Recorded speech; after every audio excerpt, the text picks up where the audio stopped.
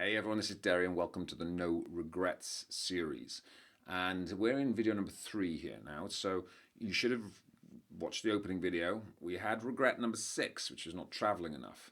And that one was one which is fixable. We can get on with that and we can take action on that straight away. But regret, number 5 is slightly different and a little bit deeper. Now, the words differed in the studies that we did on this one, but regret number 5 is not living a life, not spending a life true to yourself. Now that's a bit deeper. Now, what does this mean? The studies revealed several things. A number of it was not living a life true to yourself because you lived your life what your parents wanted you to live. That was a big one that came out. People choose their careers because their father wanted them to be a doctor, their mother wanted them to be a dancer, etc. So, and that, as life came on, a lot of this was coming out of the older studies actually, because I think the younger generations aren't putting up with that noise these days. They're actually trying to live a life true to them, which I think is a big shift we're seeing in the generations. But a lot of the baby boomers, that's people over the kind of age of 55-ish, a lot of those have got regret because they've spent decades of their careers and stuff they were miserable about. So what does living a life true to you mean to you? Now that's a deep piece of work right there, okay? But it wasn't just parents. A lot of it was not spending a life true to yourself because of spouses. I saw my mum do this, right? So my mum was an incredible chef. She won Welsh prize on it when she was young, and she married my father, and that was a different era, and she became a housewife. Yay for me because I had the best mum with the best cooking growing up, right? But she sacrificed her dream. She could have gone on and been a chef, and she was an amazing one, but she didn't.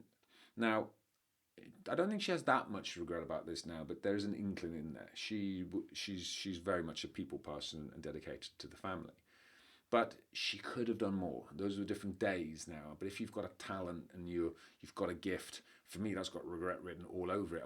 If I wasn't able to pursue those gifts.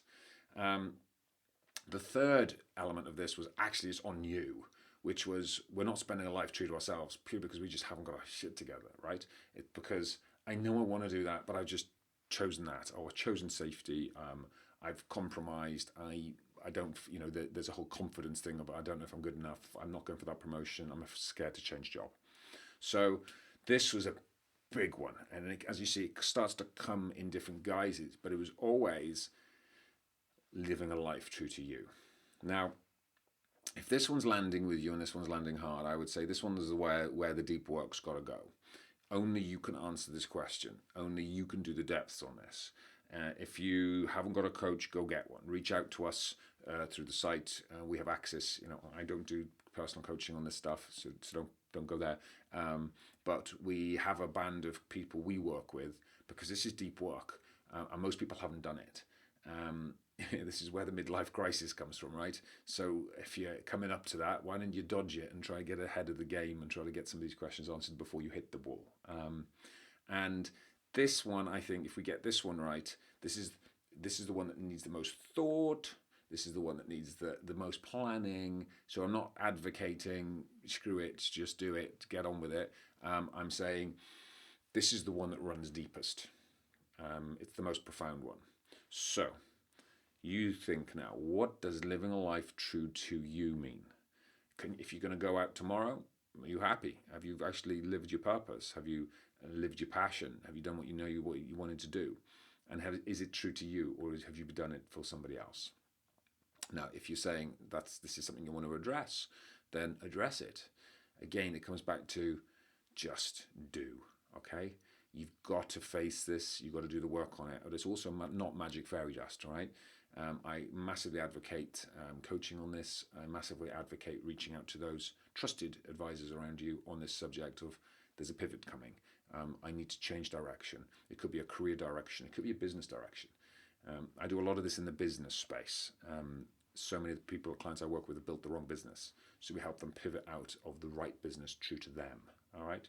So I wish you well with this one. This was the deep one. I started you off with, I warmed you up there in number 6 with the travel. And don't worry, we've got a couple of lighter ones coming where we can actually make some quicker action. But number 5 is the deep one. There's another one coming, so strap in for the ride on that one. But go to work on that one and have a really good, hard word with yourself as, are you living a life true to you? See you in the next video when we go into regret number 4.